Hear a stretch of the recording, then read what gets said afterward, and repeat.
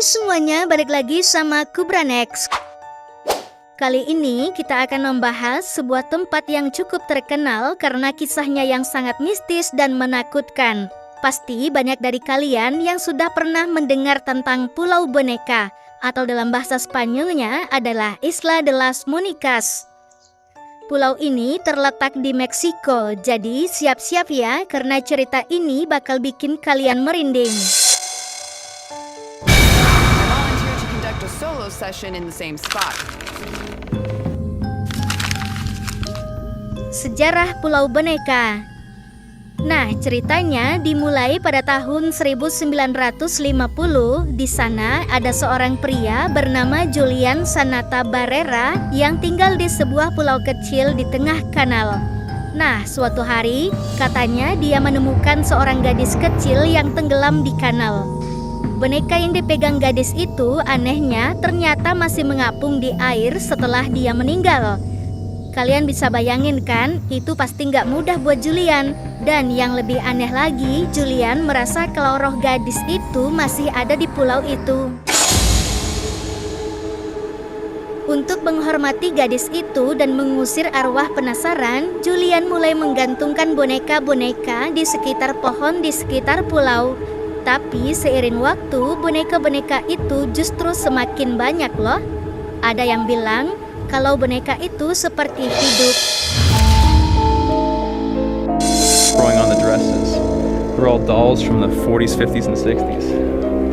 Ancient. Nah, kalian bayangin aja ya, pulau ini dipenuhi oleh boneka-boneka yang sudah tua, rusak, dan tampak menyeramkan.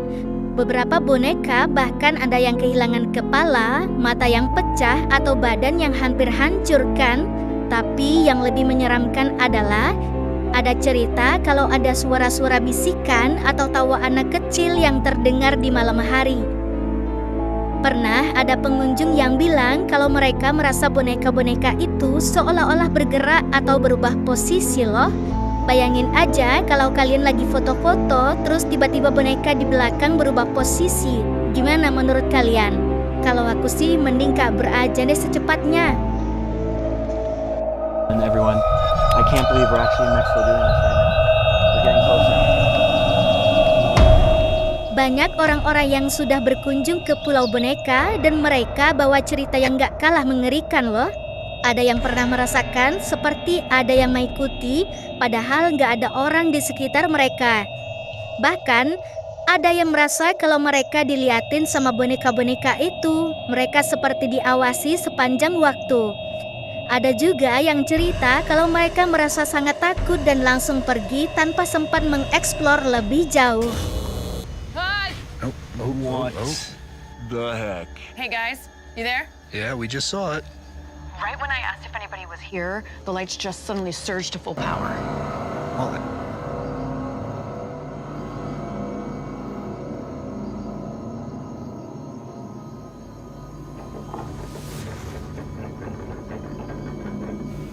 what's she hearing?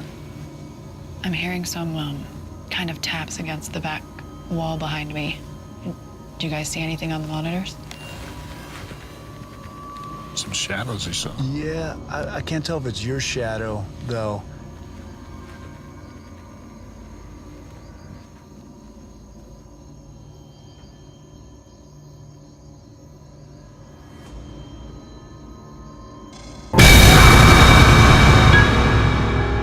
Tapi, meskipun banyak cerita seram beredar, nggak ada penjelasan ilmiah yang bisa menjelaskan fenomena ini. Beberapa orang percaya karena pulau ini memang dihuni oleh roh-roh penasaran, khususnya arwah gadis kecil yang tenggelam itu kan.